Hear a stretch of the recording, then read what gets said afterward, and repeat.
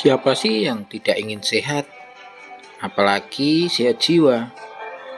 Karena dengan sehat jiwa, kamu akan merasa bahagia setiap hari, akan bisa bekerja, beraktivitas, bersosialisasi dengan teman, keluarga, dan tetangga. Tentu dengan sehat jiwa ini juga akan membuat kamu menjadi jauh lebih rasa nyaman, merasa aman, dan percaya diri ketika melakukan banyak hal. Tentu bisa produktif.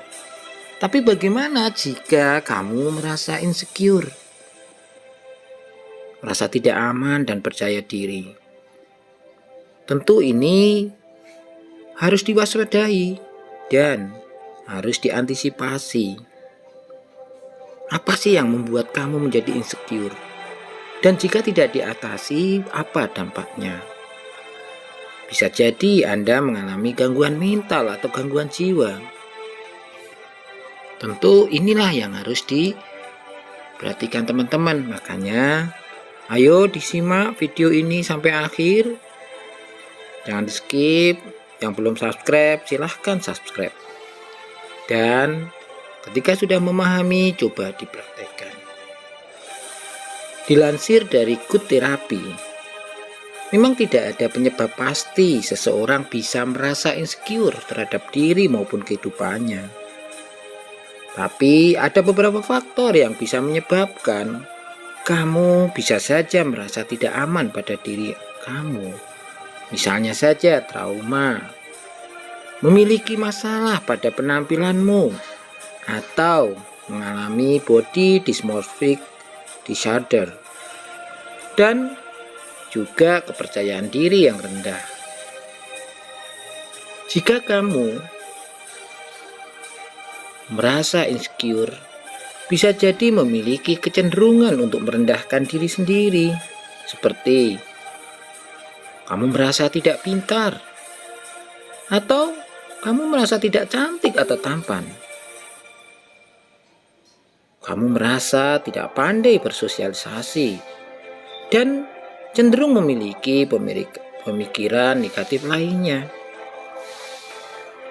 Cara pandang seperti ini tidak hanya destruktif bagi diri sendiri atau merusak diri sendiri, tapi juga terhadap pasangan, teman, atau keluarga Anda ketika dia berada dalam suatu hubungan.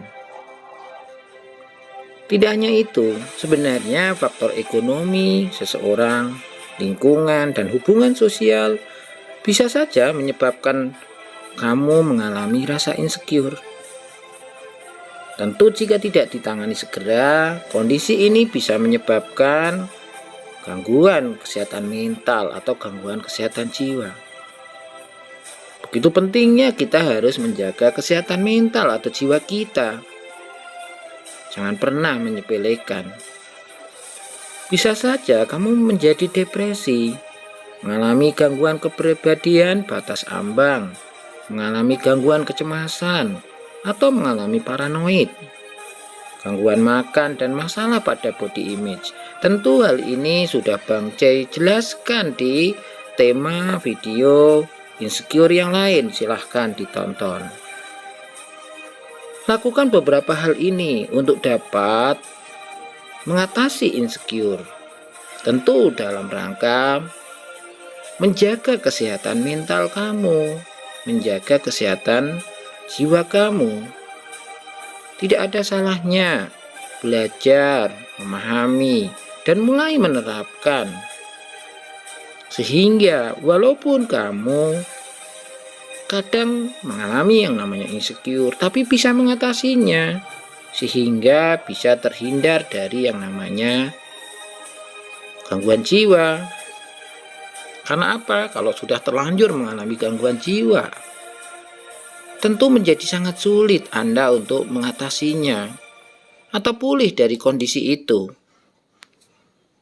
Hal yang perlu dilakukan untuk bisa mencegah gangguan jiwa akibat dari seringnya merasa insecure, mulai dari membangun self-esteem atau harga diri. Karena inilah salah satu bagaimana Anda bisa mengatasi perasaan insecure. Upaya yang bisa dilakukan untuk mengembangkan harga diri ini atau meningkatkan harga diri ini adalah: 1. Lawan pikiran negatif. Mengalami kegagalan membuat orang mungkin cenderung menyalahkan diri sendiri. Tentu untuk mengatasinya, pusatkan atau fokuskan pikiran pada hal-hal positif yang pernah dilakukan, seperti membantu teman dalam mengerjakan tugas. Dengan begitu, Anda tidak perlu memikirkan kekurangan atau hal-hal negatif. Bagi teman-teman perawat di rumah sakit, ketika merawat pasien harga diri rendah, pasti ada upaya untuk mengenalkan aspek positif yang dimiliki oleh pasien tersebut. Tujuannya apa? Supaya menjadi bangga, supaya bisa memikirkan hal-hal positif tersebut, bahkan bisa mengembangkan hal yang bisa dikembangkan dan membuat pasien itu bangga. Demikian juga dengan kamu, jika kamu merasa banyak hal negatif yang akhirnya membuat perasaan insecure atau tidak aman itu muncul, penting bagimu untuk mulai mengidentifikasi hal positif apa yang dimiliki. Kemudian nilai apakah itu masih bisa dikembangkan, masih bisa dilakukan, atau menjadi hal yang membuat kamu itu jauh lebih bangga pada dirimu. Nah, kembangkanlah sehingga pikiran negatif itu akan mulai berkurang, bahkan hilang. Yang kedua, terima hasil yang tidak sesuai dengan keinginan. Cobalah untuk menerima hal-hal yang tidak sesuai dengan keinginanmu, dengan menganggap bahwa itu normal saja terjadi dalam kehidupan. Misalnya, jika kamu mengalami situasi yang membuat kamu malu atau tidak percaya diri, cobalah untuk melihatnya sebagai sesuatu yang lucu dan coba mentertawakannya. Bisa jadi karena Anda kurang teliti mengerjakannya. Bisa jadi Anda kurang serius atau kamu kurang mempersiapkannya dengan baik. Tentu konyol sekali seandainya kamu mengalaminya dan memikirkan, wah itu karena saya saja yang kurang teliti, kurang sungguh-sungguh. Mungkin kalau saya sungguh-sungguh dan teliti, hasilnya akan jauh lebih baik atau sesuai dengan harapan. Tidak apa-apalah. Kalaupun seperti itu, inilah sudah garisnya. Saya akan coba berusaha lagi. Nah, tentu itu akan menjadi jauh lebih penting buat kamu. Wajar jika keinginan tidak sesuai dengan harapan.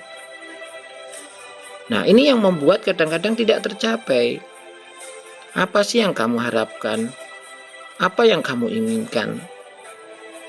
Tentu harus disesuaikan dengan kondisi. Untuk apa? Mencegah kegagalan. Nah, yang ketiga adalah ubah kegagalan menjadi motivasi. Berhentilah membenci dan menyalahkan diri kamu sendiri jika mengalami kegagalan. Jangan melihat kegagalan tersebut sebagai sesuatu yang memalukan, tetapi jadikan sebagai pengalaman yang dapat membuat diri kamu jauh lebih baik. Ketika kamu mengalami kegagalan, mulailah pahami, periksa, identifikasi kira-kira apa yang membuat itu terjadi. Mungkin karena faktor dirimu sendiri, atau karena orang lain, atau karena lingkungan, atau mungkin karena hal-hal yang menunjang keberhasilan itu tidak dipersiapkan dengan baik. Nah, tentu ini akan memandu Anda untuk memotivasi diri, tentu untuk melakukan kembali dan tentu dengan segala persiapan yang jauh lebih baik. Atau bisa jadi Anda akan menemui orang-orang yang luar biasa yang berhasil lebih dulu. Apa sih yang sebenarnya mereka lakukan? Kok bisa berhasil? Sementara saya tidak. Nah, ini tentu sangat penting sekali buat kamu untuk mengawali lagi. ya, mencapai keberhasilan, penuh motivasi. Yang keempat, luangkan waktu dengan orang terdekat. Meluangkan waktu, ya, kamu bersama orang-orang yang menyintai kamu dan mencoba menjauhi orang-orang yang membuat kamu merasa insecure. Tentu ini akan sangat jauh lebih penting dan lebih bagus. Cara ini akan membuat kamu lebih percaya diri dan melihat diri Anda atau kamu dari sisi positifnya. Jika kamu merasa bahwa ada seseorang yang cukup berperan di dalam kegagalanmu atau dalam membangun perasaan tidak aman atau tidak percaya diri, ya tentu usaha untuk menghindari atau membatasi untuk ketemu sangatlah penting.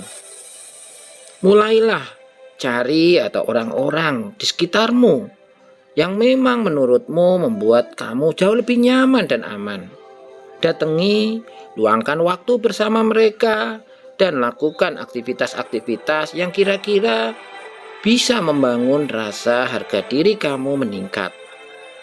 Jangan berkumpul dengan orang-orang yang menurut kamu justru melemahkan, membuat kamu menjadi sedih, cemas, marah, jengkel. Kenapa? Selalu banyak mengungkapkan hal negatif tentang dirimu, selalu mengungkapkan kejelekanmu.